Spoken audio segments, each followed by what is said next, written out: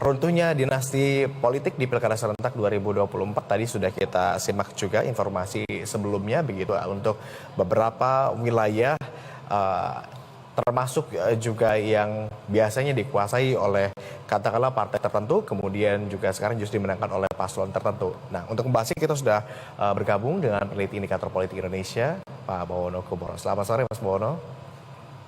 Selamat sore, Mas Agung. Terima kasih, Mas Bawono, sudah berkenan bergabung bersama kami di Berita Satu Utama.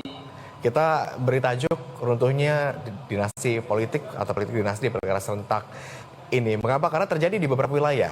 Kita bahas satu persatu, barangkali mungkin Mas Bawono dari Banten dulu ya. Andra Soni Dimyati unggul versi hitung cepat. Setidaknya versi hitung cepat sudah dikatakan unggul begitu mengalahkan Airin. Yang mana kita tahu keluarga Ratu Atut yang sudah berkuasa di Banten sejak 2006 lalu, hampir 20 tahun yang lalu sudah katakanlah menjabat di sana ya. Bagaimana Anda melihat ini, Mas Bawono? Iya, makasih Mas Agung. Ya memang keruntuhan dinasti Ratu Atut ya yang ditandai dengan kekalahan dari Airin Rahmidiani di Pilgub Banten pada Pilkada hari Rabu kemarin itu merupakan kejutan terbesar ya, kejutan paling besar yang terjadi di Pilkada 2024. Di samping tentu ada kejutan-kejutan lain gitu ya.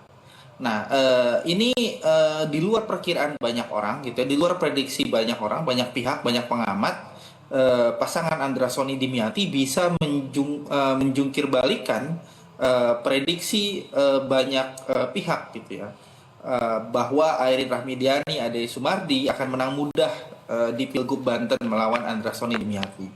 Nah, saya kira ini bisa ditelaah dari berbagai hal ya. Misalnya pertama mungkin saja itu merupakan wujud dari titik puncak kejenuhan warga di Provinsi Banten terhadap dominasi dinasti Ratu Atut sejak kali pertama pilkada secara langsung dilaksanakan gitu ya. Yang kedua, ini juga bisa dilihat kemenangan ini mungkin saja ada faktor dorongan dukungan politik ya, maupun non politik dari pemerintah berkuasa saat ini, yaitu Prabowo Subianto. Andra Soni ini kan salah satu kader dari Partai Gerindra, kader utama Partai Gerindra di Provinsi Banten, kader muda, namanya baru muncul, baru naik daun gitu ya. Dan tentu saja bagi Partai Gerindra, kemenangan Andra Soni itu menjadi hal yang akan membanggakan Partai Gerindra apabila bisa terjadi. Nah, dari situ kemudian mungkin saja Pak Prabowo sebagai pimpinan Partai Gerindra menggerakkan infrastruktur partainya di Banten untuk sekuat tenaga memenangkan Andra Soni Dimyati. Dan jangan lupa di pilkada kali ini itu pilkada yang berlangsung pada tahun yang sama dengan pemilihan presiden dan pemilihan legislatif. Belum pernah terjadi sebelumnya pilkada di Indonesia berlangsung di tahun yang sama dengan pemilihan presiden dan legislatif. Nah, euforia kemenangan Prabowo, Gibran gitu ya, euforia juga dengan keunggulan Partai Gerindra di sejumlah provinsi itu bisa jadi menular gitu ya. Terbawa euforia itu terjaga hingga kemudian berlanjut di pilkada-pilkada di sejumlah daerah, termasuk di Provinsi Banten. Demikian Mas Agung. Oke, kalau kita melihat Banten memang sangat unik begitu ya.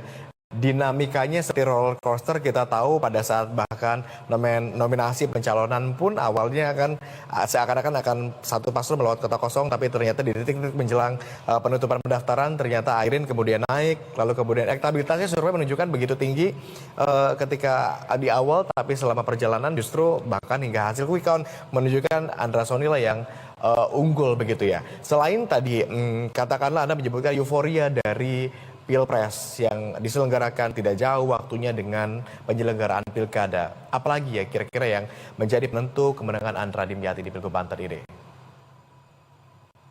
Ya, saya pikir hal lain yang juga bisa menjadi sebab dari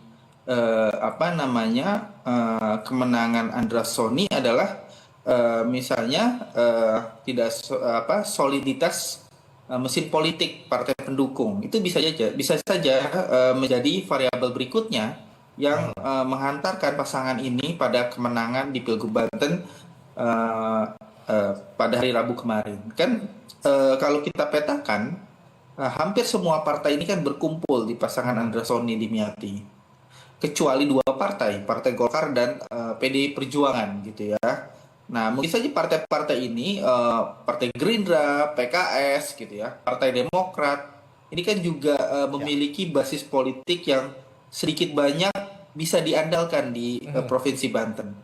Partai Demokrat misalnya dikenal cukup kuat basis politiknya di Kabupaten Lebak gitu ya. Kabupaten Lebak di mana Ketua Demokrat Banten itu menjabat sebagai Bupati Lebak 2 periode, Witi Otavia Jaya gitu ya.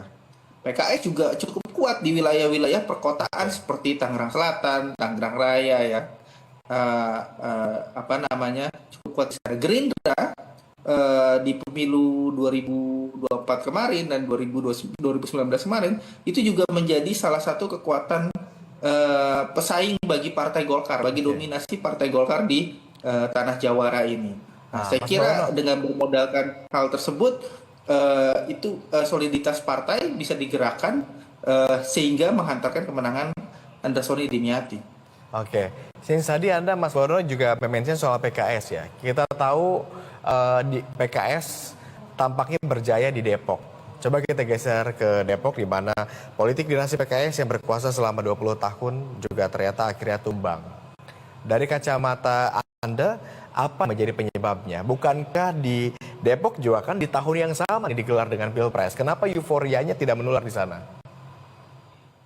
Ya, kebetulan berbicara soal Depok, kita juga melakukan survei yang cukup rutin di Kota Depok. Sudah beberapa kali kita publikasikan gitu ya temuan survei di Kota Depok, dan saya sendiri sebagai warga Depok paling tidak bisa merasakan apa yang terjadi gitu ya, dinamika politik lokal di sini.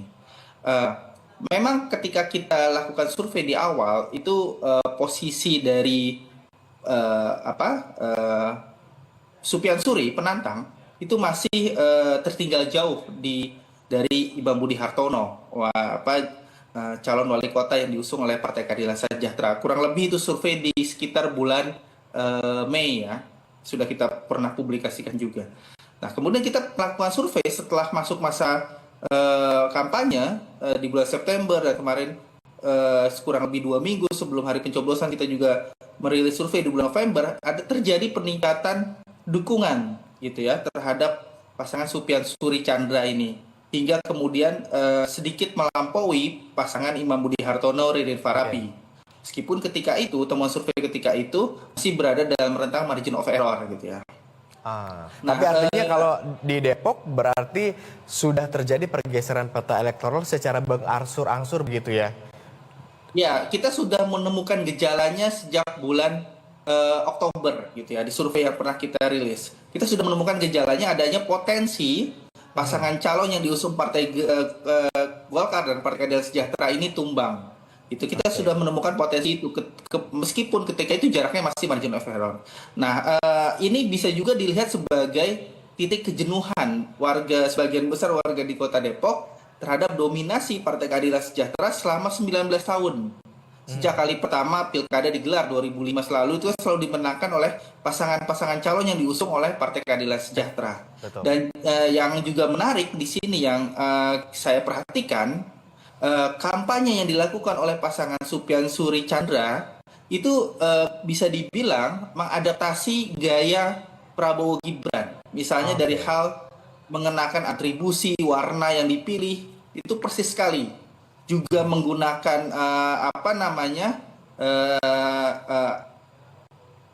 image, gaya yang sama, gaya yang serupa gitu. Mengangkat image wali kota pilihan Prabowo gitu ya. Dan Pak Prabowo dengan Gibran ini kan unggul ketika itu di Kota Depok.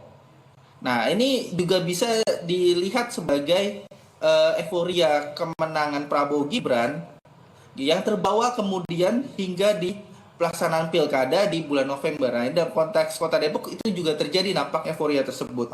Dan hal lain yang juga tidak terjadi di pilkada-pilkada sebelumnya, para penantang pasangan calon dari luar Partai Keadilan Sejahtera itu seringkali tidak mendapat seringkali apa ya tidak mendapat dukungan moral dan politik dari atas gitu ya, dari kekuatan politik di tingkat nasional.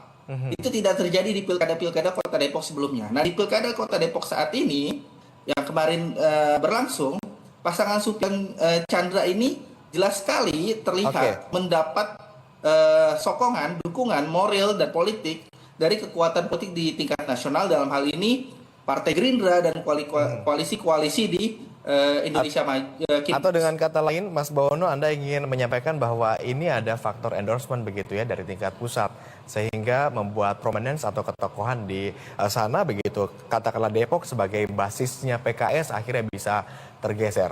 Yang tidak kalah menarik juga, Mas Bawono, barangkali adalah keberadaan PDIP yang ternyata kalah bahkan di kandang banteng di Jawa Tengah. Dari data yang Anda miliki, apa penyebabnya? Apakah ini juga ada kaitannya dengan faktor endorsement? Ya, di awal November kita juga mempublikasikan temuan survei kita ya di Jawa Tengah. Ketika itu sudah terlihat juga gejala Ahmad Lutfi Taj Yassin unggul, meskipun sangat tipis sekali ketika itu. Masih berada dalam rentang margin of error juga. Nah, kalau di Jawa Tengah ini kita melihat adanya pertarungan 2M ya. Satu mesin, 2 men. Mesinnya itu adalah PDI Perjuangan, gitu ya, yang berada di belakang Andika Perkasa dan Hendrar Prihadi. Sementara men yang dimaksud adalah orang yang bernama Joko Widodo. Yang berada di belakang Ahmad Lutfi dan Taj Yassin. Nah, ini sebenarnya Pilgub Jawa Tengah kemarin itu pertarungan 2M ini. Antara mesin PDI Perjuangan dan figuritas ketokohan dari Joko Widodo. Kita lihat seminggu atau sekitar 10 hari sebelum hari pencoblosan, Pak Jokowi turun bersama Ahmad Lutfi, Taj Yassin di beberapa daerah kunci yang dikenal adalah sangat berwarna merah. Banyumas, Klaten, Boyolali, kemudian Solo Raya gitu ya. Dan itu bekerja. Dan itu terjadi, maksudnya berhasil. It works gitu ya, bekerja. Apakah kemudian Mas Bawono, temuan ini menjadi gambaran kepada kita semua bahwa sebetulnya Jawa Tengah bukan kandang banteng mungkin, bukan pro terhadap partainya, tetapi pro terhadap sosoknya, dalam hal ini adalah mennya, Pak Jokowi begitu. Sebenarnya, ya. Seberapa lama efeknya akan bertahan kalau begitu? Sebenarnya angka perolehan angka perolehan sekitar 40% ya kalau kita quick count ya, hampir 40% oleh pasangan Andika Perkasa Hendrar Prihadi ya, itu sebenarnya juga angka yang tinggi. Dalam arti kan Andika Perkasa ini orang baru. Baru diperkenalkan di saat pendaftaran pasangan calon bulan Agustus, dan di ujung pilkada ini angkanya dukungannya sudah 40%. Itu sebenarnya juga masih membuktikan bahwa mesin PDI Perjuangan bagus gitu. Kalau mesin PDI Perjuangan tidak baik, maka angkanya tentu tidak akan setinggi itu. Tapi memang dalam konteks saat ini ada pesaing mesin PDI Perjuangan, yaitu figur Joko Widodo yang jauh lebih kuat untuk saat ini ya, ketimbang kerjanya mesin politik PDI Perjuangan dalam konteks Jawa Tengah. Saya pikir itu, Mas Agung. Baik, Mas Bawono, terima kasih sudah berbagi insight pada sore hari ini. Tentu ini menarik untuk dibahas lebih lanjut, namun durasi kita juga terbatas. Nanti kita ngobrol-ngobrol santai lagi lain waktu. Selamat kembali beraktivitas, Terima kasih, Mas Bawono. Selamat sore.